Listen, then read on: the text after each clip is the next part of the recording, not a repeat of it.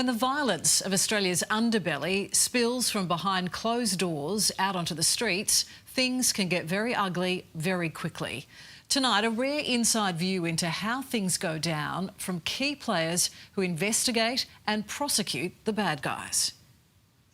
They're the lowest of the low. They take a human life for a sum of money. It was Melbourne's very own hit parade with a bullet. This was the thing that started the underworld war as we know it now.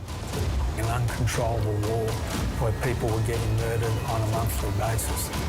So at one stage, we were taking Gatto down the lift and Mick said, "Boys, when it's time to dance, you got to get on the dance floor."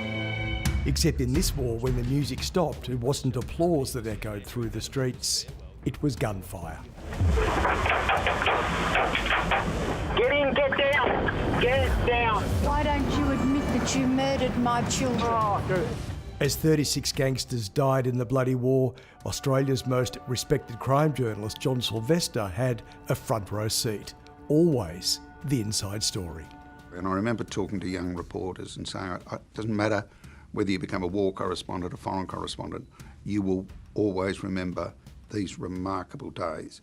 With a contact book hotter than a black market handgun, Sylvester fronts Naked City hitmen.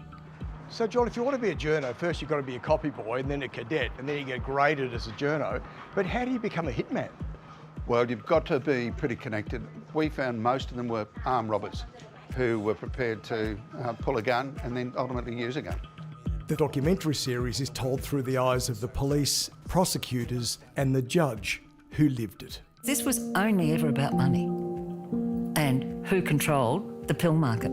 The public prosecutor. We just needed a breakthrough. The lead detective. The murder, the crime, the war. This has got to stop.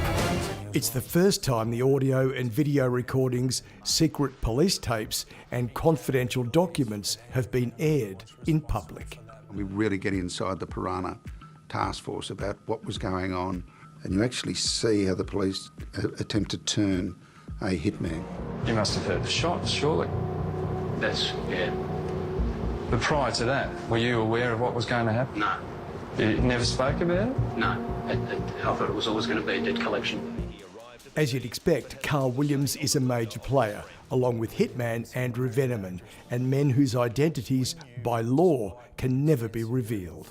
The driver and the runner. It's funny, these gangsters, the Carl Williams, Alphonse Gancatano, Mario Condello, they live their lives like they're in a movie. They love the notoriety. We see the inner workings of detectives as they try to solve and prevent more bloodshed.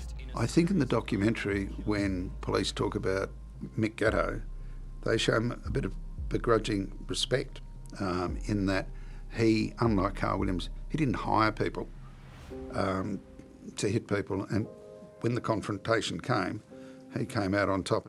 We see how the DPP manages and manoeuvres deals with contract killers. You don't like making concessions because they're bad men. But what I felt at that stage was we could make things happen if we made a brave decision. And we go behind the bench and see the mindset of the judge. The judge is in a position where they are by law required to give certain discounts. 1 for cooperation, 2 for remorse, 3 if the level of cooperation makes a difference.